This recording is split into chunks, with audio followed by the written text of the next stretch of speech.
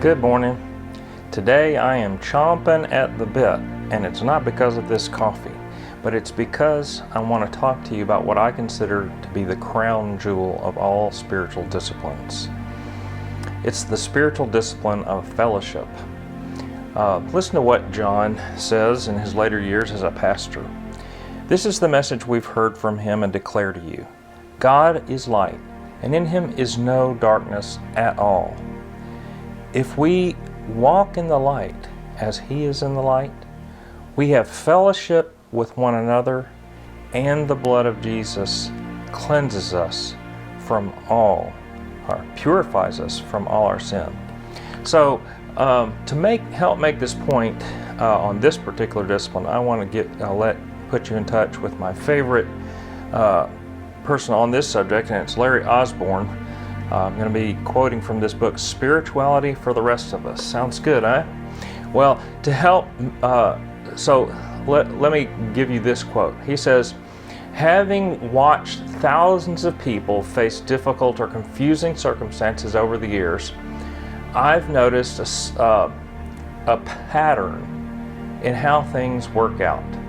Those who tend to isolate themselves find it hard to get the help and support they need in a timely manner. But those who have close and transparent relationships experience a completely different reality. Sounds good. Let me ask you, though, a realistic question. Isn't a crisis always going to come? Osborne goes on to say that these spiritually significant relationships can happen in lots of ways. Going to church or hanging out with other Christians helps. But for most of us, the best tool we will ever have will be to get into a small cluster of friends who covenant together to meet regularly and share the spiritual journey. Do you have that yet?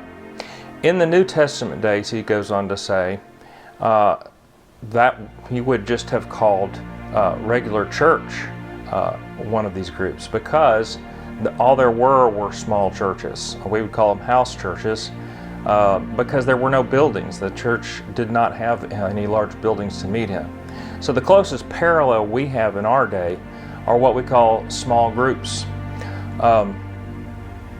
There's three reasons that Osborne gives for why you need this spiritual discipline of being in a small group. Number one is connectedness.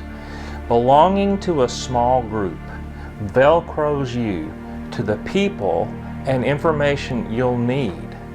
Sometimes that need will be a hug or maybe a swift kick. Ever tried to self-administer that? Number two is found in Hebrews 10:24 through 25. That's really the positive power of peer pressure.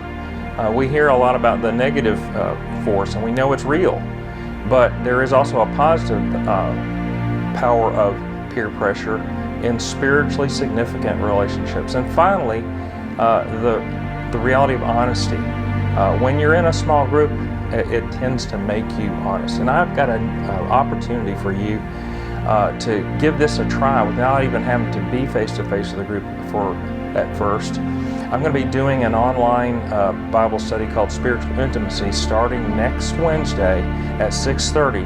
You can join the group by clicking on the registration that we'll have probably at the bottom of this post and any other post that has spiritual intimacy attached to it. And if you do, I'll be looking forward to being in a small group with you.